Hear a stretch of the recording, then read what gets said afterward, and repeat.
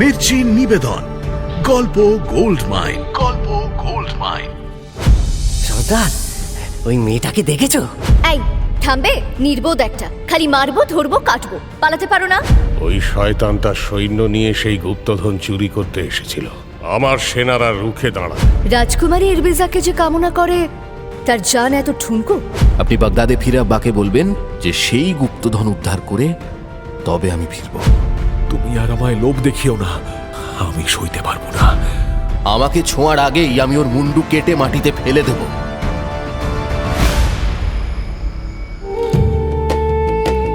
মির্চি গল্প gold mine শুনছেন আরব্য রজনী।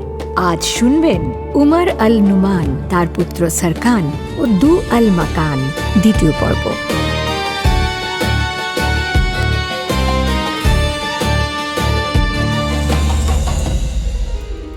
বাগদাদের সুলতান উমর আল নোমান ও তার দুই পুত্র সরকান ও দুল আল মাকানের কাহানি শোনাচ্ছেন বেগম। সুলতান শাহজাদা সরকানকে পাঠায় আলেকজান্ডারের গুপ্তধন উদ্ধারে সিসিরিয়া। খবর ছিল সিসিরিয়ার সম্রাট হারদুব সেই গুপ্তধন নাকি ডাকাতি করে ছিনিয়ে নিয়েছে কনস্টান্টিনোপলের সম্রাট আফরিদুনের কাছ থেকে। সেই গুপ্তধনে এমন 3টি মণি আছে যা নাকি মৃত্যুকে পর্যন্ত জয় করতে পারে। মৃত ব্যক্তিকেও জীবন ফিরিয়ে দিতে পারে সেই মণি। মূলত সেই 3টি মণি উদ্ধার করারই নির্দেশ দেয় সুলতান। শাহজাদা সিসিরিয়া পৌঁছে ঘটনাচক্রে রাজকুমারী ইরবিজাকে দেখে ফেলে। ইরবিজার রূপ শাহজাদাকে মুগ্ধ করে। ইরবিজার প্রেমে পড়ে যায় শাহজাদা সরকান। স্বেচ্ছায় সে ধরা দেয় ইরবিজার কাছে। ইরবিজারও বোধহয় মনের অবস্থা শাহজাদারই মতন। সে শাহজাদাকে আদর আপ্যায়ন করে, তার জন্য ভোজের ব্যবস্থা করে এবং সেই ভোজের আসরে এসে উপস্থিত হয় সম্রাট হারদুবের সেনাপতি মাসুরা। সেনাপতি জানায় যে সম্রাটের আদেশ শাহজাদার মুন্ডুটা কেটে সম্রাটের পায়ের তলায় রাখতে হবে।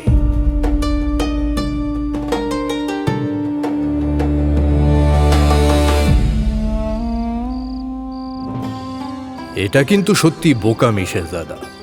যে চেয়ে কেউ শত্রুর হাতে ধরা দেয় নাকি? কি করবে বলুন হুজুর? ভালোবেসে ফেলেছে যে মেয়েটাকে, ওই চাঁদের আলোতে অস্পষ্ট দেখেই ভালোবেসে ফেলেছে। আর ভালোবাসার জোর তো আপনি জানেন হুজুর, সে জোরের কাছে আপনিও পরাজিত। ভালোবাসা আসলে দুর্বলতা বেগম, আর যে কোনো দুর্বলতার কাছে একজন যোদ্ধার পরাজিত হওয়া গুনাহ। এ পাঠ আমাকে শিখিয়েছিলেন আমার আব্বা। ভাগ্যিস তিনি নেই, ইয়ে মানে মাফ করবেন হুজুর। ভাগ্যিস তিনি নেই মানে? গোস্তাকি মাফ হুজুর, ক্ষমা চাইছি। না না বেগম, তোমাকে বলতেই হবে। এমন কথা কেন বললে? আমি কথা দিচ্ছি তোমায় আমি শাস্তি দেব না। এসব শুনে আবার সময় নষ্ট করবেন কেন হুজুর? তার চেয়ে বরং কাহানি শুরু করি। না না না বেগম, আমার মন বলছে তুমি আমার মধ্যে কোনো ত্রুটি লক্ষ্য করেছ। আমি কি কোনো দুর্বলতার কাছে পরাজিত? জানতে হবে আমার বেগম। সে আর নিজের মুখে কি করে বলি হুজুর? আমি যে শাদির এতদিন পরেও আপনার সামনে বসে কাহানি শোনাচ্ছি, আমার কি এখানে থাকার কথা ছিল? না বুঝলে, ভেবে দেখতে গেলে শেহজাদা সরকানকে কিন্তু ঠিক দোষী বলা চলে না, তাই না দুনিয়াজাদ? আমি আর কি বলবো হুজুর, আমি যে নাদান, আপনি তো বলেন। যাক বাদ দাও, বেশ করেছে ধরা দিয়ে। তারপর কি হলো বলো? শুনুন তাহলে। শাহজাদা সরকানকে তো ধরে নিয়ে যেতে সৈন্য পাঠায় সম্রাট হারদুব। এমনটা যে হবে সেটা আগেই আন্দাজ করেছিল শাহজাদা। তার মতো দুনিয়া সেরা বীর হতে গেলে তো আর শুধু গায়ের জোরেই চলে না, মগজের জোরটাও তো দরকার। কিন্তু ওই যে কথায় বলে না, স্বভাব। পোকা জানে আগুনে মরণ, তবুও ছুটে যায় আগুনের দিকে। শাহজাদাও তেমনই। নিশ্চিত ধরা পড়বে জেনেও রাজকুমারী ইরবিজার টান এড়াতে পারেনি। তার কাছে স্বেচ্ছায় ধরা দেয় এবং তার ফল হাতে নাতে পায়। আর রাজকুমারী, সে বলে, ছি ছি, সেনাপতি মাসুরা একজন খেতে বসেছেন, তিনি আমার সম্মানীয় মেহমান, আর আপনি কিনা বলছেন তার মুন্ডু কেটে নিয়ে যাবেন? ছি ছি ছি, না না, এ অন্যায়। গোস্তাকি মাফ করবেন শেহজাদি, কিন্তু সম্রাটের আদেশ তেমনই। হলেও বা, তার কাছে মুন্ডু নিয়ে যেতে একটু দেরি হলে আসমান ভেঙে পড়বে না মাথায়। আপনি বরং একটু অপেক্ষা করুন। কিন্তু রাজকুমারী, ভয় পাবেন না, আমি আপনার হয়ে আমাদের সম্রাটের কাছে মাফ চেয়ে নেব। এখন বাইরে গিয়ে দাঁড়ান তো দেখি, আমার মেহমানকে খেতে দিন, জ্বালাতন করবেন না। জি, জো হুকুম। সেনাপতিকে তো তখনের মতো আটকানো যায়, কিন্তু সে আর কতক্ষণ? শাহজাদা সারকানের খাওয়া শেষ হলেই তো আবার ফিরে আসবে সে। সে তো আসবেই, সম্রাটের হুকুম বলে কথা। সে কি আর তোমার মুন্ডু না নিয়ে খালি হাতে ফিরবে? আমার মুন্ডু কভি নেই। আমাকে ছোঁয়ার আগেই আমি ওর মুন্ডু কেটে মাটিতে ফেলে দেব। আমার নাম সরকান, শেহজাদা সর। এই থামবে, নির্বোধ একটা, খালি মারবো, ধরবো, কাটবো, পালাতে পারো না? পালাবো আমি? হরগিজ না। এই শেহজাদা সরকান পালাতে জানে না। প্রেম করতে জানো? প্রেম? হ্যাঁ, প্রেম, মোহাব্বত। ইয়ে মানে বুঝলাম না ঠিক। বুদ্ধ কোথাকার, একেবারে নির্বোধ। বুঝিয়ে দিচ্ছি, দাঁড়াও। ধরো তুমি প্রেম করছো, ঠিক তক্ষুনি মেয়ের আব্বা এসে হাজির। কি করবে তখন? মেয়ের আব্বার কাছে তার মেয়েকে চাইবো, প্রয়োজনে হাতে পায়ে ধরবো। আর যদি মেয়ের আব্বা রাজি না হয়, যদি তোমায় মারতে আসে, তখন? তখন বুঝেছি, শাহজাদা তো জীবনে যা চেয়েছো তাই পেয়েছো, তাই এমন বিগড়ে গেছো। শোনো, কথায় বলে যুদ্ধে আর প্রেমে অপরাধ বলে কিছু নেই, লজ্জারও নেই, সুতরাং প্রেমে পালানো ন্যায়সঙ্গত। তাহলে তুমি পালাতে বলছো আমায়? মারামারি করে লাভ হবে ভেবেছ? ভুলে গেলে সেই আলেকজান্ডারের মনির কথা? কজনকে মারবে? সকলেই তো আবার বেঁচে ফিরে আসবে। মাঝখান থেকে মুন্ডু কাটতে কাটতে তুমি ক্লান্ত হয়ে যাবে, তবু মুন্ডু শেষ হবে না। তাহলে? হাতে সময় খুব কম, আমি যাচ্ছি এখন।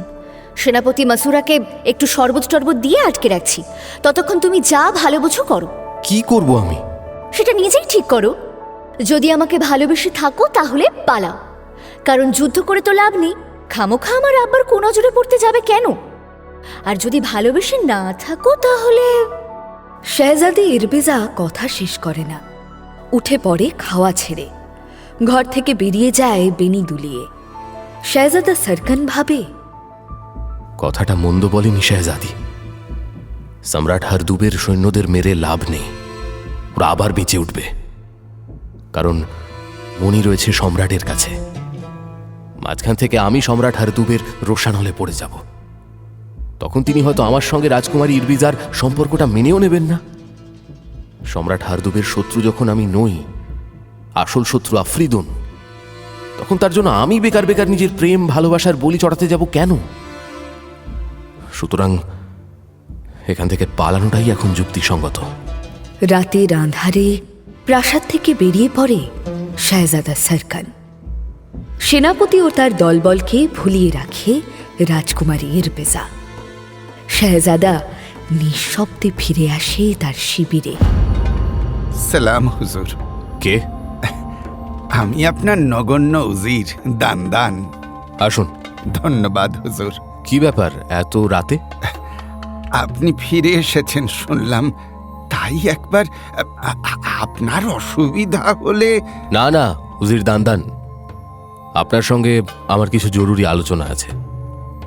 রাত হয়ে গেছে, ভেবেছিলাম আপনি হয়তো ঘুমিয়ে পড়েছেন, তাই আপনাকে আর বিরক্ত করিনি। হুকুম হুজুর। আচ্ছা উজির সাহেব, একটা কথা বলুন তো, ভেবে বলবেন। হ্যাঁ, আমরা যুদ্ধ করতে এসেছি কেন? আগে হুজুর, মহান সম্রাট আলেকজান্ডারের গুপ্তধন উদ্ধার করতে। সেটা উদ্ধার কি করে হবে? বান্দার সঙ্গে একই রসিকতা হুজুর। না না, রসিকতা নয়, বলুন না শুনি। মানে আপনি তো বলবেন এই মাত্র যুদ্ধ করতে এসেছি আমরা। কিন্তু যুদ্ধ করে কি লাভ হবে কিছু? আমরা কি জিততে পারবো? এ কি বলছেন হুজুর? আপনি দুনিয়ার সেরা যোদ্ধা, আপনার সঙ্গে দুনিয়ার সেরা সেরা সব সেনাপতি আর তাদের সেনারা আছে। তবুও যদি আপনার সন্দেহ থাকে। সন্দেহ নেই, আমি নিশ্চিত আমরা জিততে পারবো না। শাহজাদা সারকান? হ্যাঁ উজির সাহেব, আমার সেনারা যতই বীর হোক, তাদের কাছে মরে ফের বেঁচে ওঠার ক্ষমতা নেই। সেই ক্ষমতা আছে সিসারিয়া সুলতান হারদুবের। সম্রাট আলেকজান্ডারের ওই 3টি মণির কথা বলছেন হুজুর? হ্যাঁ, আর এই জন্যই ওদের মেরে কোনো লাভ নেই। হ্যাঁ, যথার্থ বলেছেন হুজুর। এই কথাটা আমি বা আপনার আব্বা হুজুর ভেবে দেখেননি। চালে বড় ভুল হয়ে গেছে উজির সাহেব। আর তাছাড়া সিসারিয়া সুলতান হারদুব শুনেছি আমার আব্বার বন্ধু মানুষ। যথার্থ শুনেছেন হুজুর, এবং এবং শুধু বন্ধু মানুষই নন, জাহাপনা উমর আল নুমানের রক্ষিতা সোফিয়া সুলতান হারদুবের পাঠানো ভেট হুজুর। কি? হ্যাঁ হুজুর, এবং আপনি তো জানেন যে আপনার আম্মা বাদে সুলতান উমর আল নুমানের যত বেগম বা রক্ষিতা আছেন, তাদের মধ্যে একমাত্র সোফিয়ারই সন্তান হয়েছে। সদ্য জন্মানো ওই মেয়ে আর ওই ছেলে? জি হুজুর। সুলতান উমর আল নুমানের ওই ছেলেই যে শাহজাদা সারকানের একমাত্র প্রতিদ্বন্দ্বী। ওদের আম্মিকেই পাঠিয়েছিল এই সুলতান হারদুব। আবার সুলতান হারদুবের মেয়েকেই সে ভালোবেসে ফেলেছে। একদিকে প্রেম আর একদিকে মাসনাত। কাকে গুরুত্ব দেবে শাহজাদা সারকান? প্রেমের নজরে বিচার করলে সুলতান হারদুবের সামনে মাথা ঝোঁকানো উচিত শাহজাদার। আবার মাসনাদের কথা ভেবে ইচ্ছে হয় ওই সুলতান হারদুবের মুন্ডুটা কেটে পায়ের তলায় চেপে ধরার। আর তখনই দানদান জানায় এক গোপন তথ্য। না হুজুর, সুলতান হারদুব নয়, সোফিয়ার জন্ম আসলে কনস্টান্টিনোপলের সুলতান আফরিদুনের প্রাসাদে। সব সমস্যার মূলে সুলতান আফরিদুন। কি বলছেন উজির সাহেব? এখন তো মনে হচ্ছে আপনি আমার সঙ্গে রসিকতা করছেন। আপনি স্পষ্ট করে বলুন তো। জি হুজুর, আমি চেষ্টা করছি। সোফিয়ার আম্মি ছিল গ্রিসের মেয়ে। সুলতান আফরিদুনের রক্ষিতা ছিল সে। জন্মের পর সোফিয়া সুলতান আফরিদুনের প্রাসাদেই বড় হয়ে ওঠে। শিক্ষা দীক্ষা আদব কায়দা সবেতেই সেরা হয়ে ওঠে সে, এবং রূপে তো অবশ্যই। দেশের সীমানা নির্ধারণ নিয়ে সুলতান আফরিদুন ও সুলতান হারদুবের মধ্যে বিরোধ বাধে একসময়। যুদ্ধ হয়। যুদ্ধে সুলতান আফরিদুন খুব বিশ্রীভাবে হারে। আর সোফিয়া? যুদ্ধের পরে সন্ধি হয়। সুলতান হারদুব মোটা ভেটের পরিবর্তে সুলতান আফরিদুন ও তার কনস্টান্টিনোপল রেয়াত করেন। সেই ভেটের মধ্যে সোফিয়াও ছিল। তাহলে সোফিয়া বাগদাদে গেল কি করে? যুদ্ধের কিছুদিন পরে সুলতান আফরিদুন একটা চিঠি পাঠায় সুলতান উমর আল নুমানের কাছে। কি ছিল সেই চিঠিতে? চিঠিতে সুলতান আফরিদুন লিখেছিলেন যে সুলতান উমর আল নুমানের জন্য তিনি সোফিয়াকে বড় যত্নে তৈরি করেছিলেন। তাঁর ইচ্ছে ছিল সোফিয়ার শাদী হোক সুলতান উমর আল নুমানের সঙ্গে, কিন্তু সোফিয়াকে সুলতান হারদুব অন্যায়ভাবে ছিনিয়ে নিয়ে গেছে। তারপর কি করেছিলেন আমার আব্বা হুজুর? সিজারিয়া আক্রমণ করেছিলেন? সেসব কিছুই করতে হয়নি তাকে। সুলতান হারদুব যখন জানতে পারে যে সোফিয়াকে সুলতান উমর আল নুমানের জন্য তৈরি করা হয়েছে, তখন সে সোফিয়াকে সুলতান উমর আল নুমানের কাছে পাঠিয়ে দেয়। কিন্তু আপনার আব্বা সুলতান সোফিয়াকে শাদী করতে পারেন না। কেন? কারণ আপনার আম্মির শর্ত ছিল, আপনি জন্মানোর পর তিনি আপনার আব্বা সুলতানের কাছে কথা আদায় করেছিলেন। আপনার আব্বা হুজুর আপনার আম্মিকে কথা দিয়েছিলেন যে জীবনে আর কোনোদিন কোনো শাদী করবেন না। তার পরিবর্তে তিনি আপনার মুখ দেখতে পেরেছিলেন। দাঁড়াও বেগম, ব্যাপারটা বড্ড জটিল হয়ে গেল। আমাকে আমাকে একবার ঝালিয়ে নিতে দাও। এতে জটিলের কি আছে হুজুর? আমি আপনাকে বলছি, শুনুন। শাহজাদা সারকান জন্মানোর পর সুলতান উমর আল নুমান কথা দেন যে তিনি আর শাদী করবেন না। ঠিক। তারপর সুলতান আফরিদুন ও গ্রিসের রক্ষিতার মেয়ে। হুজুর, অত জটিল করছেন কেন? ছোট্ট করে ভাবুন না। সোফিয়া সুলতান আফরিদুনের সম্পত্তি ছিল। বেশ, তাহলে তাহলে আরো ছোট্ট করে নি। আফরিদুনের থেকে হারদুবের হাত ঘুরে উমর আল নুমানের কাছে এসে পড়ে সোফিয়া। এই তো, কি সুন্দর ছোট্ট হয়েছে। এবার সোফিয়ার কোলে এলো একটি মেয়ে ও একটি ছেলে। আচ্ছা আপা, ওদেরও কোনো নাম নেই? অবশ্যই আছে। ছেলেটার নাম দুল আল মাকান আর মেয়েটির নাম নুজাত। শাহজাদা সারকান ভাবছে এই দুল আল মাকান তার প্রতিদ্বন্দ্বী। আর শাহজাদা সারকান সুলতান হরদুবের মেয়ে ইরবিজার প্রেমে পড়েছে। তাহলে কি করে শাহজাদা? কি করে? আব্বা হুজুরের স্বার্থ রক্ষা হয়েছে, তাহলে আমার নিজের স্বার্থ দেখতে দোষ কোথায়? সারা রাত ভালো করে ভেবে শাহজাদা ঠিক করে সুলতান হরদুবের সঙ্গে শত্রুতায় যাবে না সে, বরং তার মেয়ের হাত চাইবে। আর হাত চাইতে গেলে 10,000 সৈন্যের কি প্রয়োজন তার? তাই সে উজির দান্দানকে বলে, উজির সাহেব, আপনি 10,000 সেনার দল নিয়ে ফিরে যান। আমার কাছে শুধু 50 জন বাছাই করা সেনাপতি রেখে যান। সে কি হুজুর, আপনি আপনি যুদ্ধ করবেন না? আপনার আব্বা হুজুরের হুকুম, আলেকজান্ডারের গুপ্তধন। আরো বড় গুপ্তধন আছে সুলতান হরদুবের কাছে। কি বলছেন কি হুজুর? হ্যাঁ উজির সাহেব, আমি জানি। সেই ধনের মর্ম আমি ছাড়া কেউ জানে না। আপনি বাগদাদে ফিরে আব্বাকে বলবেন যে সেই গুপ্তধন উদ্ধার করে তবে আমি ফিরব। কিন্তু কিন্তু কি সেই ধন? আর যুদ্ধ না করে সে ধন উদ্ধার করবেনই বা কিভাবে? কারণটা খুলে বলে কি করে শাহজাদা উজিরকে? তার কানে যে তখন একটাই কথা বাজছে, নির্বোধ একটা, খালি মারবো, ধরবো আর কাটবো। আপন মনে একবার ফিক করে হেসে নেয় শাহজাদা। তারপর যতটা সম্ভব গম্ভীর হয়ে উজিরকে বলে, প্রয়োজনে হাতে পায়ে ধরব। কথায় বলে, যুদ্ধে আর প্রেমে অপরাধ বলে কিছু নেই, লজ্জারও নেই। প্রেম?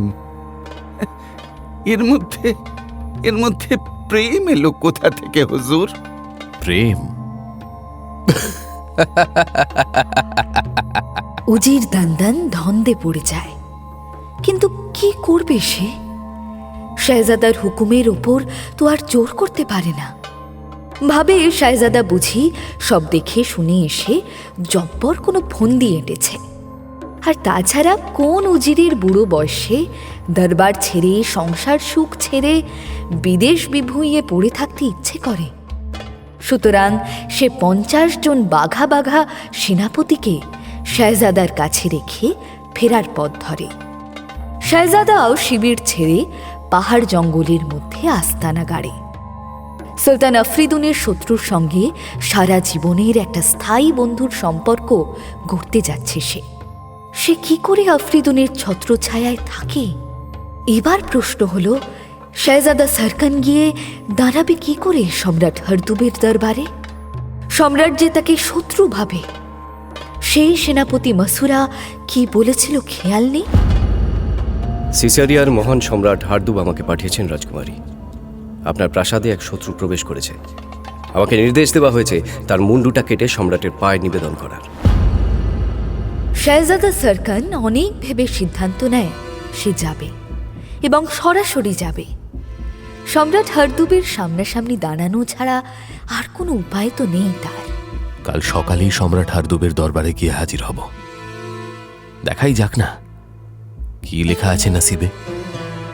তারপর যদি কি? যদি তেড়ে আসে তলোয়ার উঁচিয়ে? না, তেমন কিছুই হয় না। বরং আদর আপ্যায়নের কোনো ত্রুটি রাখে না সম্রাট হরদুব। শাহজাদাকে যথেষ্ট ইমানদারির সঙ্গে খাতির দেখিয়ে পাশে বসিয়ে বলে, আমি তো বিশ্বাসই করতে পারছি না যে বাদশাহ ওমর আল নোমান আমার বিরুদ্ধে যুদ্ধ ঘোষণা করেছে। না না, তিনি করেননি, তাকে দিয়ে করানো হয়েছে। সুলতান আফরিদুন তাকে বলেছেন যে আপনি মহান সম্রাট আলেকজান্ডারের গুপ্তধন ডাকাতি করেছেন। মিথ্যে কথা, সম্পূর্ণ মিথ্যে। মানে গুপ্তধন নেই? তা থাকবে না কেন, আছে, এবং তা আমার দেশেই আছে। ওই শয়তানটা সৈন্য নিয়ে সেই গুপ্তধন চুরি করতে এসেছিল। আমার সেনারা রুখে দাঁড়ায়, ইবলিশগুলোকে কচু কাটা করে ছাড়ে। বকুস্থলে আমি পৌঁছানোর আগেই পালের গোদা ওই আফরিদুন নেহাত পালিয়ে গেছিল বলে, নইলে ওই দিনই আমি ওকে খুন করতাম। আর ওই মণি? কোন মণি? ওই যে 3টে মণি, যেগুলো নাকি মরা মানুষ বাঁচিয়ে তোলে।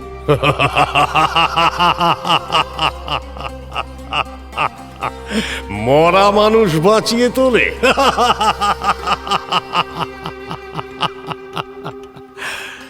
মনির রহস্য রহস্যই থেকে যায়। মনি নিয়ে শাহজাদারও আগ্রহ তেমন নেই। নেহাত সুলতান উমর আল নুমান তাকে পাঠিয়েছেন ওই মণি উদ্ধার করতে। শাহজাদা তো অন্য মণি উদ্ধারের নেশায় মশগুল। ইরবিজা? ও হ্যাঁ, তুমি তো তাকে চেনো নিশ্চয়ই। তার আমোদ ভবনে ঢুকে পড়েছিলে তো? কি কাণ্ড বলো তো, আমি তো চিন্তায় পড়ে গিয়েছিলাম। তুমি না আবার আমার মেয়েটার ভালো মন্দ কিছু করে বসো। আমার মেয়েটা তো শান্তশিষ্ট নয় মোটে, ডান পিঠের চূড়ান্ত। না না, আমি কেন তা করব? তা বেটা, আমার মেয়ে তোমায় কখনো কোনো অপমান করেনি তো? যদি করে থাকে তাহলে তাকে মাফ করে দিও। আমি ওর হয়ে মাপ চেয়ে নিচ্ছি। না না, সে আমার যথেষ্ট সেবা যত্ন করেছে, আমি খুশি হয়েছি। আসলে কি জানো তো, আমার সন্তান বলতে একমাত্র ওই আমার মেয়েই। আমার বড় আদরের, জন্ম থেকে মা হারা। বড় করেছি খুব যত্নে ওকে, লেখাপড়া শিখিয়েছি, যুদ্ধবিদ্যা শিখিয়েছি। আর আপনার সেই মেয়েই নাকি আপনাকে ধোঁকা দিল। ধোঁকা দিল? হ্যাঁ, আপনার সেনাপতিকে বাইরে পাহারায় বসিয়ে রেখে আমাকে পালিয়ে যেতে বলল। চোরকে বলল চুরি কর, আর গৃহস্থকে বলল ঘর আগলা। হ্যাঁ,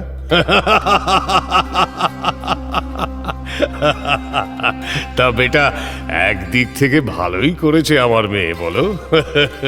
নইলে আমার সেনাপতি তোমাকে ধরে আনতো। ধরে আনতো? সে তো মুন্ডু কেটে আনতে চাইছিল। সে কি? আমি তো শুধু তোমাকে নিয়ে আসতে বলেছিলাম। বলেছিলাম না এলে বড়জোর ধরে আনতে। তাহলে তো বলতে হবে আমার মেয়ে সত্যিই ভালো করেছে। আমার সেনাপতি কেন, আমারও তোমার মুন্ডু কাটার হিম্মত নেই, মানছি। মাঝখান থেকে তোমাকে শুধুমাত্র অপমান করা হতো। তোমার সঙ্গে, তোমার আব্বার সঙ্গে আমার সম্পর্কটা একেবারে শেষ হয়ে যেত। আমি তো সেই সম্পর্কটা আরো ভালো করতে চাই। আমিও তো চাই সম্পর্কটা আরো ভালো হোক। আমায় কি করতে হবে বলো? আপনার মেয়েকে বিয়ে করব। শাহজাদার কথা শুনে থমকে যায় সুলতান হরদুব। চেয়ে থাকে শাহজাদার দু চোখের দিকে। সুলতানের দম্ভ নেই। এক অতি নিরীহ পিতার ছবি ফুটে ওঠে তার চোখে মুখে। ছলছল চোখে ধরা গলায় বলে আব্বা হরদুব, সে সৌভাগ্য কি আমার আছে বেটা? আমার মেয়ে হবে শাহজাদা সরকানের বেগম, দুনিয়ার আগামী সুলতানের বিবি। নিজের সৌভাগ্যের উপর নিজেরই বিশ্বাস হয় না সুলতানের। শাহজাদারও যেন বিশ্বাস হয় না এত সহজেই সুলতান হরদুব রাজি হয়ে যাবে। বিয়ের কথা পাকা করে শাহজাদা বাগদাদের পথ ধরে। এবারই তো আসল কাজ। তার আব্বাকে বলতে হবে, আব্বাকে দিয়ে বিয়ের প্রস্তাব পাঠাতে হবে সুলতানি কায়দায়। আর তারপর বিয়ে। দুনিয়ার শ্রেষ্ঠ শাহজাদার বিয়ে কি যেমন তেমন করে হয়? সে এক এলাহি কাণ্ড। নানা স্বপ্ন দেখতে থাকে শাহজাদা। বিয়ের রাতে সবাই চলে গেলে সে তার নতুন বেগমের সাথে খুনসুটি করবে। আচ্ছা, ইরবিজা কি লজ্জা পাবে? লজ্জা পাবে কেন? সে তো নতুন নয়, তার সঙ্গে পরিচয়টা তো হয়েই গেছে। তাহলে বোধহয় খেপে যাবে।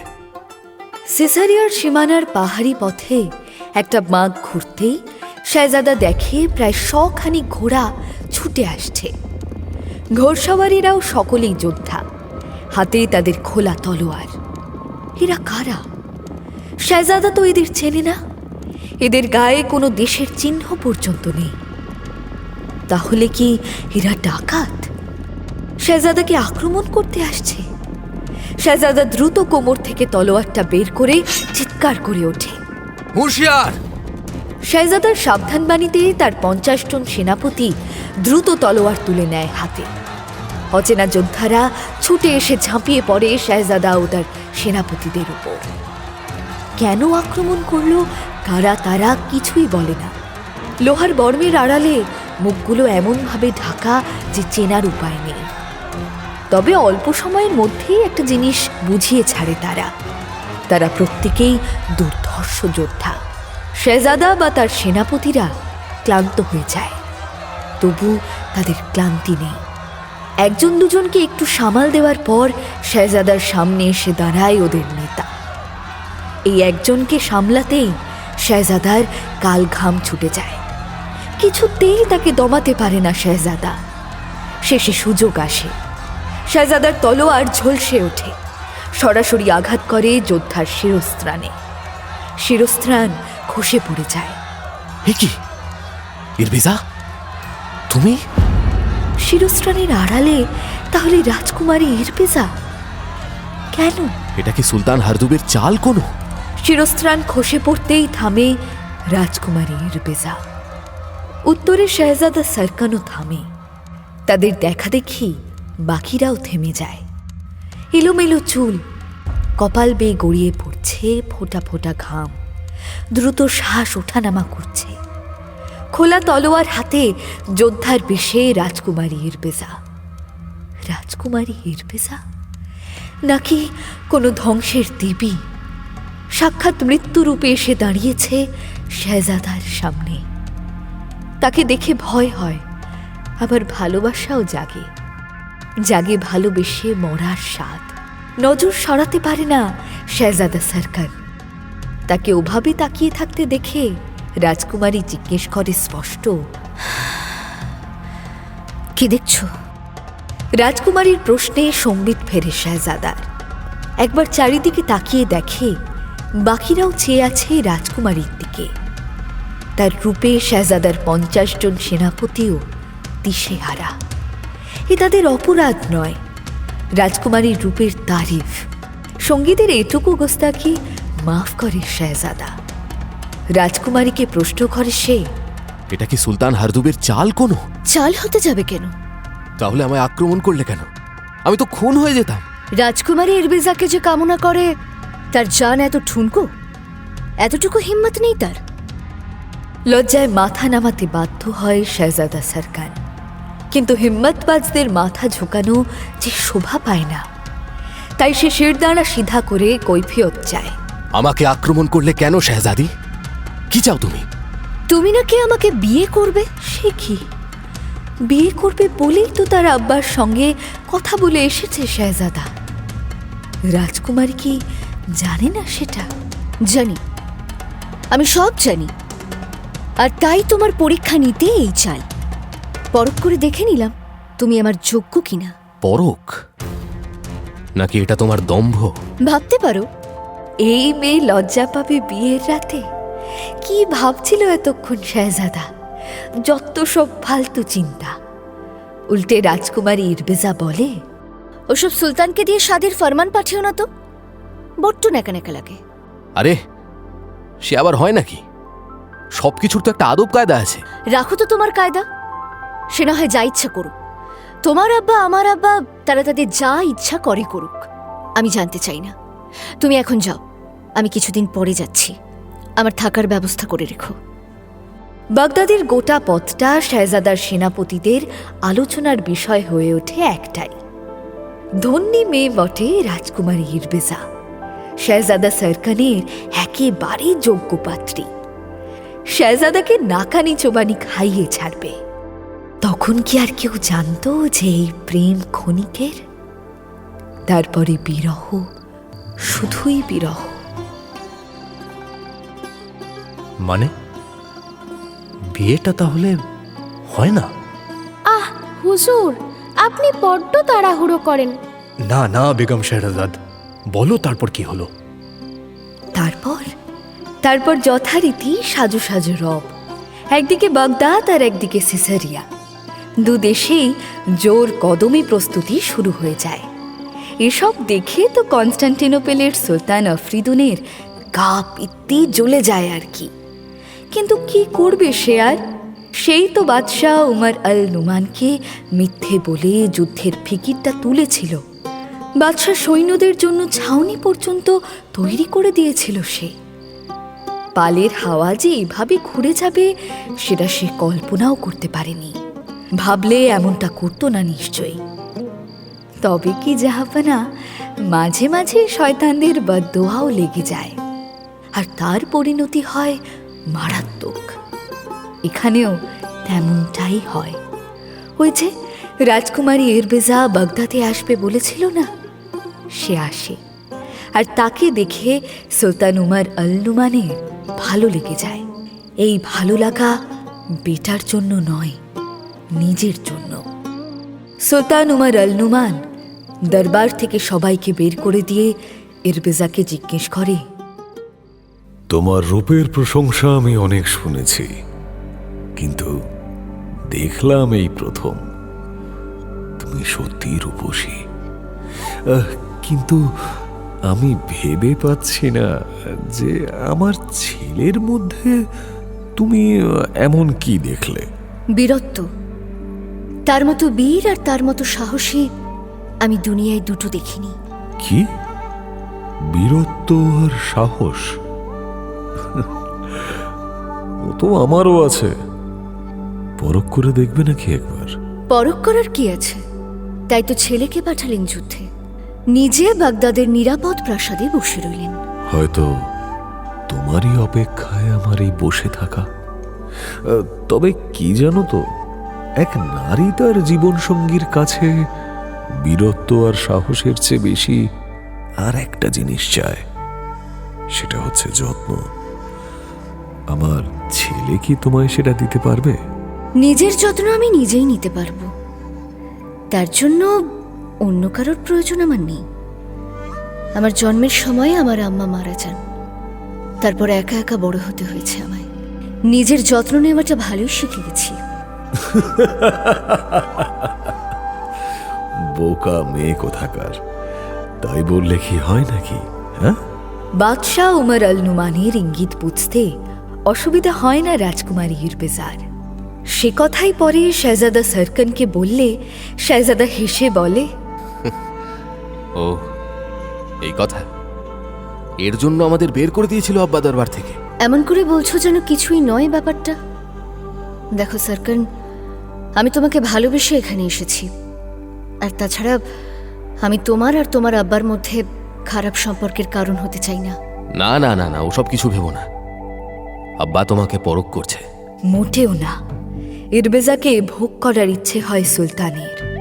তখনই হাওয়া মোড়ক ঘুরে যায় অন্য চালে।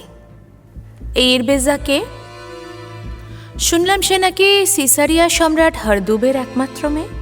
প্রশ্নটা করে সুলতান উমর আল নুমানের সবচেয়ে প্রিয় রক্ষিতা সোফিয়া। সে রাতে সব কাজ সেরে সুলতান উমর আল নুমান যায় সোফিয়ার কাছে। এমনটা সে রোজই করে। রাতের খানাটা সে সোফিয়ার সঙ্গে বসেই খায়। ছেলে ও মেয়েকে আদর করে, এটা সেটা নানা গল্প করে শোনায়। সবই ফালতু গল্প, সময় কাটানো নিছক। তারপর রাত গভীর হলে কোনো কোনো দিন সুলতান সোফিয়ার কোলেই মাথা রেখে ঘুমিয়ে পড়ে, আবার কোনো কোনো দিন অন্য কোনো রক্ষিতার ঘরে চলে যায়। সেদিন সোফিয়ার প্রশ্নের মর্ম বুঝতে ভুল করে সুলতান। আর 5টা দিনের ফালতু গল্পের ছলেই সুলতান বলে, হ্যাঁ ঠিকই শুনেছ, ওই হারদুবের মেয়ে। ও, তা ওর সঙ্গে নাকি সরকানের বিয়ে ঠিক করছো? সরকান তেমনটাই চাইছে, আর সম্রাট হারদুবও তেমনই চায়। আর তুমি? হ্যাঁ, আমি আমার কথা ছাড়ো। ছাড়ো বললেই কি আর ছাড়া যায় সুলতান উমর আল নুমান? ভুলে গেলে নাকি তুমি সোফিয়া যে সম্রাট আফরিদুনের রক্ষিতার মেয়ে? তাকে ছিনিয়ে নিয়ে গেছিল সম্রাট হরদুব। তাকে তুমি ঠাঁই দিয়েছ সুলতান আফরিদুনের অনুরোধে। অন্তত তেমনটাই বলেছিলে তুমি তাকে। তার কাছে বন্ধু সুলতান হরদুবের নামে সত্যি মিথ্যা অনেক কিছু বলেছ। তার মনে সুলতান হরদুবের প্রতি ঘৃণা তৈরি করেছ, শুধু নিজের প্রতি তার দরদ তৈরি করতে। এখন সে সুলতান হরদুবকে ঘৃণা করে যে, উত্তর দাও তাকে। অবশ্যই। অবশ্যই আবার কি? না মানে আমি ঠিক রাজি নই। তাহলে ওই মেয়েটাকে প্রাসাদে ঢুকতে দিলে কেন? শুনেছি সরকারের আম্মির মহলে নাকি তাকে থাকতে দেওয়া হয়েছে। হ্যাঁ, ওই আসলে শত হলেও শেহজাদি তো। শোনো, যা খুশি তাই করো, কিন্তু একটা কথা মনে রেখো, সরকার হওয়ার পর তার আম্মিকে তুমি কথা দিয়েছিলে যে আর শাদি করবে না। তাই আমাকে তুমি কোনোদিন শাদি করলে না। আমার তাতে কোনো দুঃখ নেই, তবে আমিও তো তোমাকে সন্তান দিয়েছি। একটা নয়, দুটো, একটা ছেলে আর একটা মেয়ে। আর তাতে তুমি খুশি হয়ে আমাকে কথা দিয়েছিলে এই সালতানিয়াতের সুলতান হবে আমার ছেলে দুল, শাহজাদা সরকার নয়। সুলতান উমর আল নুমানকে ছেলের মুখ দেখিয়ে তেমনই কথা আদায় করে নিয়েছিল সোফিয়া। বাগদাদের মসনদে বসবে তার ছেলে দুল আল মাকান, কিন্তু তার সঙ্গে শেহজাদার শাদীর বিরোধ কোথায়? আছে, অবশ্যই আছে। ওই হরদুব একটা হাড় বজ্জাত লোক। ও যদি ওর মেয়েটাকে একবার গোছিয়ে দিতে পারে তোমার ছেলের ঘাড়ে, তাহলে সে তো বর্তে যাবে। তুমি আর কদিন বয়স হয়েছে, আর কদিন হাতে তলোয়ার তুলতে পারবে শুনি? তখন ওই হরদুবের উস্কানিতে তোমাকে মেরে সরকার মসনদে বসবে। চাই কি আমার দুলকে খুনও করতে পারে। হরদুব কি ছেড়ে দেবে ভেবেছ? হারগিজ না। সুতরাং রাজকুমারী ইরবেজার সঙ্গে কিছুতেই বিয়ে দেওয়া যাবে না শাহজাদা সরকারের। কিন্তু বিয়েটা আটকাবে কোন অজুহাতে? এ বিয়ে যে সেও মন থেকে চায় আটকাতে, কারণ রাজকুমারীকে দেখে তার নিজের মনেই ইচ্ছে জন্মেছে। সে রাজকুমারী ইরবেজার সঙ্গে শুতে চায়, বড় স্বাদ হয়েছে মনে। আর তাতে সবচেয়ে বড় বাধা শাহজাদা সরকার। এই ছেলের নসিবেই এমন মেয়ে জুটল। আল্লাহ কি আমাকে একবারও দেখতে পেলেন না? কিন্তু সারকানকে টপকে এই মেয়েকে আমি কি করে পাই? বলো বলো উজির, বলো। তোমার বুদ্ধি শুদ্ধি কি সব লোপ পেল নাকি? একটা একটা উপায় তুমি আমাকে বাতলাতে পারছো না? হ্যাঁ, উপায় একটা আছে হুজুর। কি উপায়? কি উপায় বলো বলো বলো বলো উজির, তাড়াতাড়ি বলো। আমার যে আর দর্শ হইছে না। ধৈর্য ধরুন হুজুর, এত তাড়াহুড়ো করবেন না। আগে আগে শেহজাদাকে সরিয়ে দিন। কি বলছো দান? আমি খুন করব? আপনার যা দশা, তাতে সেটা করতে পারলে সবচেয়ে ভালো হতো হুজুর। ওই মেয়েকেও পেতেন, আবার ছোট শেহজাদার জন্য মসনদটাও পাকা করতে পারতেন। কিন্তু সে তো অসম্ভব। অবশ্যই অসম্ভব। গায়ের জোর বলুন বা বুদ্ধির জোর, কোনো কিছুতেই শেহজাদা সরকারকে কাবু করা যাবে না। তার উপরে আবার ওই মেয়ে এসে জুটেছে। আজ সকালে দেখলাম প্রাসাদের পিছনে তলোয়ার চালানোর মহড়া দিচ্ছে সে। গোস্তাকি নেবেন না হুজুর, তলোয়ার সে আপনার চেয়ে খারাপ কিছু চালায় না। উফ দান, তুমি আর আমায় লোভ দেখিও না। আমি আমি সইতে পারবো না। সমানে সমানে না হলে কি আর মজা মেলে? হ্যাঁ, যাই হোক, এখন তাড়াতাড়ি বলো তো, তোমার মতলবটা কি? হ্যাঁ, সারকানের কি করব আমি? আগে আপনার শেহজাদাকে দূরে কোথাও পাঠিয়ে দিন। কোথায়? দামাস্কাসে পাঠাতে পারেন। ওখানের আমির মারা যাওয়ার পর মসনদটা এখন খালি পড়ে আছে। দামাস্কাস?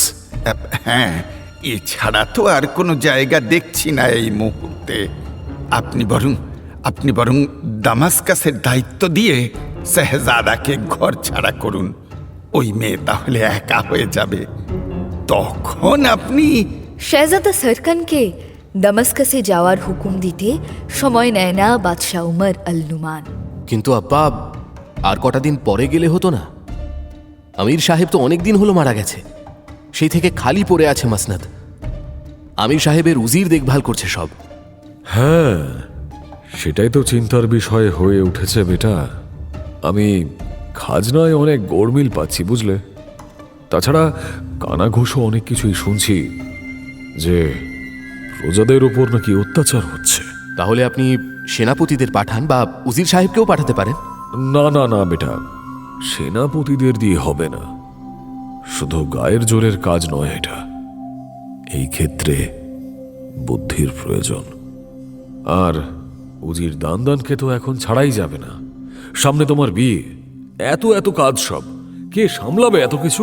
সুতরাং শাহজাদা সারকানকেই যেতে হয় দামাস্কাস। তাও কি এত সহজে পাঠানো যায় তাকে? উজির দানদানের বুদ্ধিতে তাকে লোভ দেখানো হয়। বাদশা বলে, শোনো, আগে গিয়ে সব মনের মতো করে গুছিয়ে এসো। বিয়ের পরে বিবিকে নিয়ে থাকবে ওখানে, বুঝলে। সব ব্যবস্থা তো নিখুঁত চাই নাকি?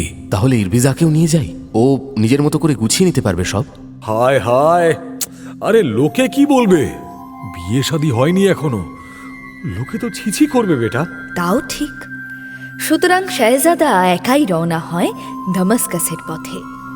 আর সেই ফাঁকে রাতের বেলা সোফিয়ার ঘরে যাওয়ার আগে ইরবেজার ঘরে ঢু মারা শুরু করে সুলতান উমর আল নুমান। দেখতে এলাম যে তোমার কোনো তকলিফ হচ্ছে না তো? না না, তকলিফের কি আছে? হ্যাঁ, ঠিকই বলেছ, তকলিফের আর কি আছে। আমার কাছে যতদিন আছো ততদিন তোমার কোনো তকলিফ হবে না। আচ্ছা বলছি, তুমি খানা খেয়েছো তো? হ্যাঁ, আমাদের দেশের নিয়ম, সন্ধ্যের আগেই আমরা রাতের খানা খেয়ে নিই।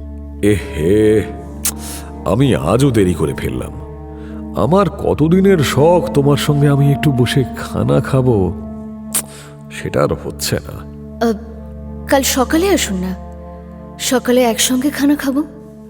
না না না না, সকালের খানায় সেই বাত কোথায় যা রাতের খানায় থাকে। একবার ভেবে দেখো শুধু, চারিদিকে অন্ধকার নেমেছে, চিরাগের আলোয় শুধু তুমি আর আমি, আমাদের মাঝে রাতের খানা সাজানো। দিনের বেলায় পাবে সব? পাওয়া যায় না এবং পেতে চায়ও না রাজকুমারী ইরবেজা। কিন্তু তাই বলে কি সুলতান সামলাতে পারবে নিজেকে? আমি আর পারছি না উজির। তুমি তুমি কিছু একটা মতলব বাতাও, বুঝলে। এদিকে তো সারকান গেছে 10 দিন হয়ে গেল, এখনো তো কিছুই হলো না। আমি আমি ওই মেয়েকে এখনো ছুঁতে পর্যন্ত পারলাম না। এত অস্থির হবেন না সুলতান। অস্থির হব না মানে?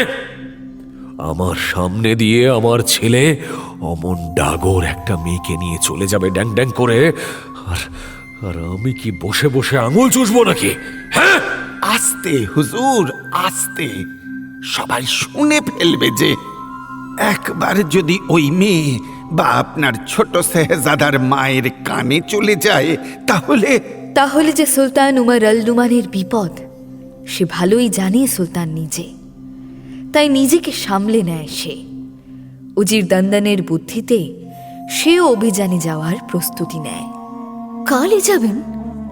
হ্যাঁ ইরবিজা, কালই। শাহজাদা নেই এমন সময় বাগদাদ ফাঁকা রেখে বসরতে যাওয়া কি উচিত হবে আপনার? কে সামলাবে বাগদাদ? কেন? তুমি? আমি? হ্যাঁ, আমি তেমনটাই বলে রেখেছি উজির দানদানকে। এই কটা দিন সব তুমিই সামলাবে। কি পারবে না? বাগদাদের মসনদ সামলাবো। চলো, এই খুশিতে আজ আমরা দুজনে একসঙ্গে বসে খানা খাই। আজ কিন্তু সূর্য ডোবার আগেই আমি চলে এসেছি। তুমি বলতে পারবে না যে তোমার রাতের খানা খাওয়া হয়ে গেছে। না না, বলবো না। বাগদাদের মসনদ সামলাবে ইরবিজা, কটা দিনের জন্যই না হয়, কিন্তু বাগদাদের মসনদ তো খলিফাদের তখত। ইরবিজা যেন স্বপ্ন দেখতে শুরু করে। কোনোদিন এমন সুযোগ আসবে সে স্বপ্নেও ভাবেনি। সুলতান উমর আল নুমানের প্রতি নিজের অজান্তেই অনেকটা সদয় হয়ে ওঠে তার মন, আর সেই সুযোগে সুলতানও নিজের কাজটি সেরে ফেলে। জেব থেকে নেশার পুরিয়া বের করে মিশিয়ে দেয় ইরবিজার খাবারে। ঘোর লাগে ইরবিজার, লুটিয়ে পড়ে সে বিছানায়।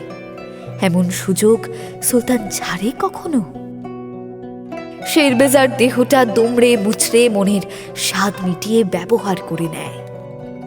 ইরবিজা বুঝে উঠতে পারে না। সে অনুভব করে তার সারকান যেন নিংড়ে নিচ্ছে তাকে। এই দিনটার জন্যই তো সে অপেক্ষা করে আছে। মনে মনে নিজেকে মেলে ধরে তার সারকানের কাছে। নেশার ঘোর কাটতে সময় লাগে 2 দিন।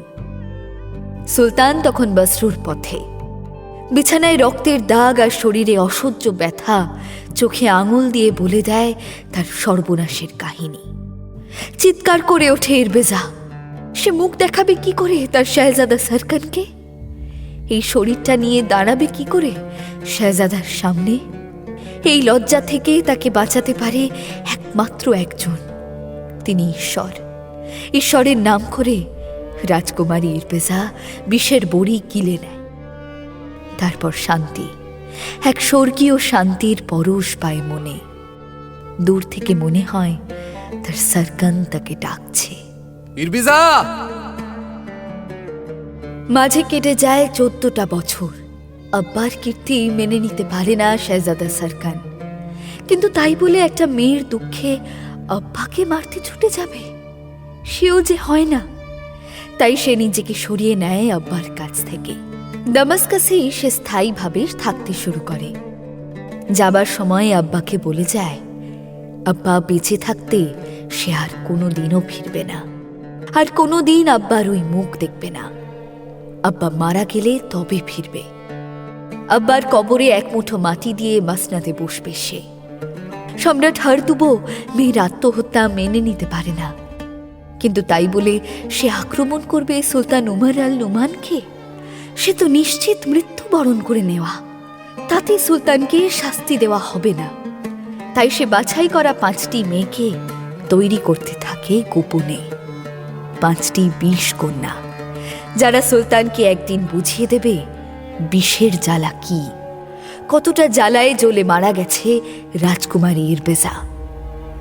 আর সুলতান উমর আল নুমান সে ভাবে ভালোই হলো। সারকান দামাস্কাসে চলে যাওয়ায় আমার বেশ সুবিধাই হয়েছে। এবার আর সোফিয়ার ইচ্ছে পূরণে কোনো বাধা থাকবে না। দুলাল মাকানকে এবার মসনদের উপযুক্ত করে তুলতে হবে।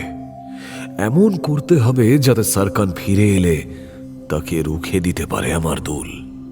কিন্তু সুলতান দুলের যে মসনদে কোনো মোহ নেই, আকর্ষণের কোনো কারণ খুঁজে পায় না সে ওই মসনদে। সেও তার দিদি নুজত সারা দিন ধর্মে কর্মে মেতে থাকতেই ভালোবাসে।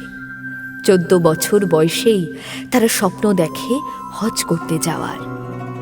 আরে সে তো খুব ভালো কথা বেটা, কিন্তু এই বয়সে কি পারবে যেতে অতখানি? খুব পারবো আব্বা, তুমি শুধু একবার হুকুম করো, দেখবে আমি আর দিদি হজ করে ঠিক ফিরে আসবো। আরে না বেটা, তুমি নাদান। হজে যাওয়ার ধকল কম নয়, ও তুমি সইতে পারবে না। না আব্বা, আমি হজে যাবই। আহা, বাচ্চাগুলো চাইছে, এইটুকু করতে পারবে না তুমি? তুমি না সুলতান, বাগদাদের সুলতান হয়ে? না, বিষয়টা তা নয় সোফিয়া। আমি কখনোই বলিনি যে ওদের নিয়ে যাব না। আমি অবশ্যই যাব, তবে এবছর হবে না, বুঝলে?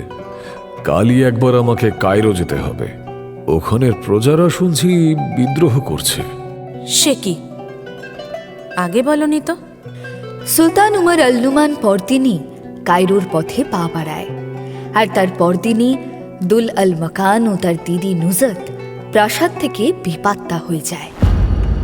দুল, দুল, কোথায় তোরা? কি হয়েছে হুজুর আইন? শুনলাম শাহজাদা আর শাহজাদির নাকি। হ্যাঁ, ঠিকই শুনেছেন উজির সাহেব, দুজনকেই খুঁজে পাওয়া যাচ্ছে না। আপনি আপনি ব্যস্ত হবেন না হুজুর আইন, আমি এক্ষুনি লোক পাঠাচ্ছি। হ্যাঁ, এক্ষুনি পাঠান। আর হ্যাঁ, ওদের আব্বাকেও খবর পাঠান, হ্যাঁ, তিনি যেন এক্ষুনি ফিরে আসেন। উজির দন্দনের লোক সারা বাগদাদে চষে ফেলে, কিন্তু দুল আল মাকান ও তার দিদি নুজতের কোনো খোঁজ মেলে না। হায় আল্লাহ, সুলতানকে মুখ দেখাবো আমি কি করে? উনি যে ফিরে আসছেন। সুলতান ফেরেন। বাগদাদের সীমা ছাড়িয়ে বসরো থেকে কায়রো চষে ফেলা হয়। তবুও দুল আল মাকান আর নুজতের কোনো খোঁজ পাওয়া যায় না। বলছি, একবার মক্কার দিকটায় দেখেছো উজির? সব চষে ফেলেছি হুজুর, মক্কা মদিনার সব, কিন্তু কোথাও নেই তারা। তাহলে কি কেউ ওদের অপহরণ করলো? কি করবে হুজুর? সুলতান উমর আল নুমানের শাহজাদা শাহজাদিকে অপহরণ করবে সাহস কার? লোকের কি অভাব আছে? তুমি তোমার বড় ছেলেকে তলব করো, তাকে ভালো করে জিজ্ঞেস করো, গুপ্তচর পাঠাও, আমি নিশ্চিত। সোফিয়া, সারকানকে আমি খুব ভালো চিনি, বুঝলে? না, সে এমনটা কখনোই করবে না। ঠিকই বলেছে সুলতান, এমন জঘন্য কাজ করেও না শাহজাদা সারকান। সুলতান উমর আল নুমানের সৈন্য বা গুপ্তচররা যে দুজনকে খুঁজে পায় না, সেটা তাদের অপদার্থতা। তারা ভাবতেও পারে না ভিনদেশি একদল হজ যাত্রীর মধ্যে অল্প বয়সী দুটি ছেলের একটি আসলে শাহজাদা দুল আল মাকান ও অপরটি শাহজাদি নুজত। তারা চলেছে হজে, কিন্তু মক্কা পর্যন্ত পৌঁছতে পারে না তারা। রাজপ্রাসাদের আদরে বড় হয়ে ওঠা দুল তার আগেই অসুস্থ হয়ে পড়ে। অসুস্থ ভাইকে নিয়ে অসহায় নুজত দলছুট হয়ে যায়। অন্য এক দলের সঙ্গে তারা পৌঁছে যায় জেরুজালেম। এবার কি হবে রে দিদি? আমরা যে ভুল পথে চলে এসেছি। কিচ্ছু ভাবিস না ভাই, তুই ঠিক হয়ে নে, আমরা ঠিক মক্কায় পৌঁছে যাব। ঠিক আর হয় কোথায়, বরং দিন দিন শাহজাদা আরও দুর্বল হয়ে পড়তে থাকে। এদিকে বাড়ি থেকে পালানোর সময় সঙ্গে করে আনা দিনারও শেষ হয়ে যায়। শাহজাদাকে সরাইখানায় রেখে দিদি নুজত বের হয় উপার্জনের ধান্দায়। ছদ্মবেশের আড়ালে নয়, নিজের রূপ ধরেই, যদি কারোর কোনো কাজ করে কিছু দিনার পাওয়া যায়। কিন্তু চারদিকে তো বদলোকের অভাব নেই। তেমনই এক বদলোক দেখে ফেলে নুজতকে, আর তখনই শুরু হয় ফন্দি। সর্দার, ওই মেয়েটাকে দেখেছো? কই, কোন মেয়েটা? ডাকাতোরা। সর্দার ও তার সঙ্গীরা বসেছিল ফন্দি আঁটতে। জেরুজালেমের এক ধনীর বাড়ি ডাকাতি করার ষড়যন্ত্র করছিল তারা পথের ধারে বসে। তখনই সর্দারের এক চেলা দেখে ফেলে নুজতকে। আরে ওই যে দেখছো না, ওই বাড়িটার সামনে। কে মেয়েটা কে? আরে আমিও ছাই জানি নাকি, নতুন চিড়িয়া বলে মনে হচ্ছে। চল তো একটু বাজিয়ে দেখি, দেরি করলে আবার পাখি ফুরুত না হয়ে যায়। যেমন বলা তেমন কাজ, দেরি করতে নেই সব কাজে। সর্দার সরাসরি হাজির হয় নুজতের সামনে, প্রশ্ন করে, কে তুমি? এখানে কি করছো? আগে তো দেখিনি তোমায়। আমি আমি আমি মানে সাফ সাফ বলো, হ্যাঁ, কোথা থেকে এসেছো? সাফ সাফ কিছু বলতে চায় না নুজত। অমন ডাকাবুকো পেল্লাই চেহারার একটা লোককে দেখে ভয় পায় সে। সর্দার বোঝে সেটা, একটু নরম হয় সে, তাই সবকিছু জেনে বুঝে তবে হাত বাড়ানো উচিত। তাড়াহুড়ো করলে সমস্যা হতে পারে। নুজরতকে অনেক বাবারে বাছারে করার পরে জানতে পারে যে তার ভাই সরাইখানায় অসুস্থ হয়ে পড়ে আছে। তাই সে দিনার জোগাড় করতে বেরিয়েছে। ভাইটা দুদিন হলো কিচ্ছু খেতে পায়নি। আর তুমি? ভাইকে রেখে আমি খাবো? মানে দুদিন ধরে তোমাদের খাবার কেনার মতো দিনার নেই হাতে? নুজরত উত্তর দেয় না। দেবে কি করে? এমন দশায় যে তারা কোনোদিনও পড়েনি। লজ্জা পায় সে উত্তর দিতে। বরাবর দিনার দিয়ে এসেছে, হাত পেতে নিতে হয়নি কোনোদিন। সর্দার অবশ্য এক নিমেষে নুজরতের এই সব সমস্যার সমাধান করে দেয়। নুজরতের চোখ চকচক করে ওঠে খুশিতে। সর্দার বলে, শোনো মেয়ে, ভালোই হয়েছে তুমি আমার নজরে পড়েছ। আমি এখানকার কোতোয়াল, এখানে কত দুষ্ট লোক ঘুরে বেড়ায় তুমি জানো? তাদের খপ্পরে পড়ে গেলে একেবারে চালান করে দেবে বাজারে, তোমাকে বিক্রি করে দেবে। তুমি আমার বাড়ি চলো, আমার এক বেটি আছে, সেই আমার সব। দুনিয়ায় দুনিয়ায় আর কেউ নেই আমার। সেই বেচারির মা মারা গেছে কদিন আগে, তাকে দেখার কেউ নেই। তুমি তুমি তার দেখভাল করবে। হ্যাঁ, পরিবর্তে আমি দিনার দেব তোমায়। চাইলে তুমি তোমার ভাইকে নিয়ে আমার বাড়িতেও থাকতে পারো। তোমার ভাইয়ের চিকিৎসা আমি করাবো। আর হ্যাঁ, খাওয়া পড়া দেব দুজনেরই। হ্যাঁ, সঙ্গে সঙ্গে দিনারও দেব। এমন লোক যে দুনিয়ায় থাকতে পারে ভাবতেও পারেনি নুজরত। সে রাজি হয়ে যায়। সর্দার সঙ্গে সঙ্গে তার চেলাদের ডাকে। চেলারা ঘোড়া নিয়ে হাজির হয়। ঘোড়ার পিঠে নুজরতকে চড়িয়ে সর্দার বলে, এবার তাহলে চলো আমার বাড়ি। সর্দারের সঙ্গে চলে যায় শাহজাদি নুজরত? হ্যাঁ। সর্দার তো দুষ্টু লোক। দুষ্টুই তো, খুব দুষ্টু। সে কি সত্যি সত্যি নুজরতকে তার বাড়িতে নিয়ে যায় তার মেয়েকে দেখভালের জন্য? সেটা তো আর এখন জানা যাবে না বেহেন। আর শাহজাদা দুলের কি হয়? সেটাও এখন আর জানা যাবে না দুনিয়াজাদ, সময় হয়ে গেছে। ইস, বেচারা দুল যে অসুস্থ। তার চেয়েও তো খারাপ অবস্থায় পড়তে চলেছে শেহজাদি নুজরত। কেন হুজুর? আমার মন বলছে ওই ডাকাত সর্দারের ফন্দি আলাদা। ও নুজরতকে বাড়ি নিয়ে যাবে না, বিক্রি করবে।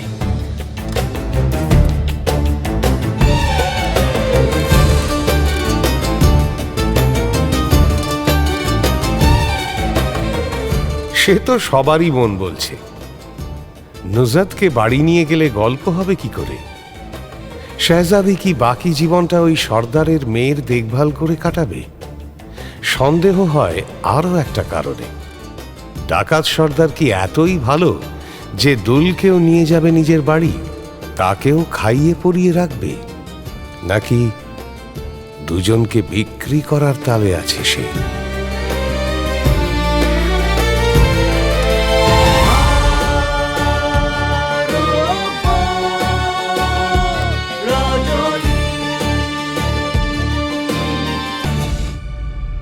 মির্চি গল্প গোল্ড মাইনে শুনলেন আরব্য রজনী।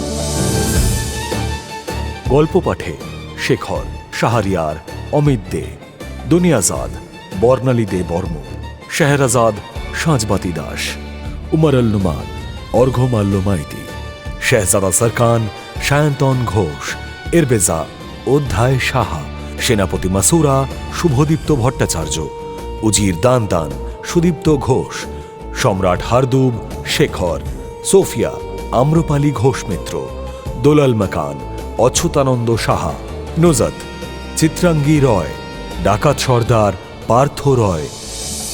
নাট্যরূপ শিবাশিস বন্দ্যোপাধ্যায়। নাট্যরূপ সহায়তা শুদ্ধ সত্য দাশগুপ্ত। শব্দগ্রহণ ও আবহ সত্যজিৎ সেন। শব্দ পরিকল্পনা ও মিশ্রণ সব্যসাচী মুখার্জি। পরিচালনা শাওলি মজুমদার। সৃজনশীল পরিচালনা ইন্দ্রাণী চক্রবর্তী, প্রযোজনা প্যাস্টেল এন্টারটেইনমেন্ট। মির্চি গল্প গোল্ড মাইন আপনার জন্য exclusively Mirchi Bangla YouTube channel এবং গানা অ্যাপে।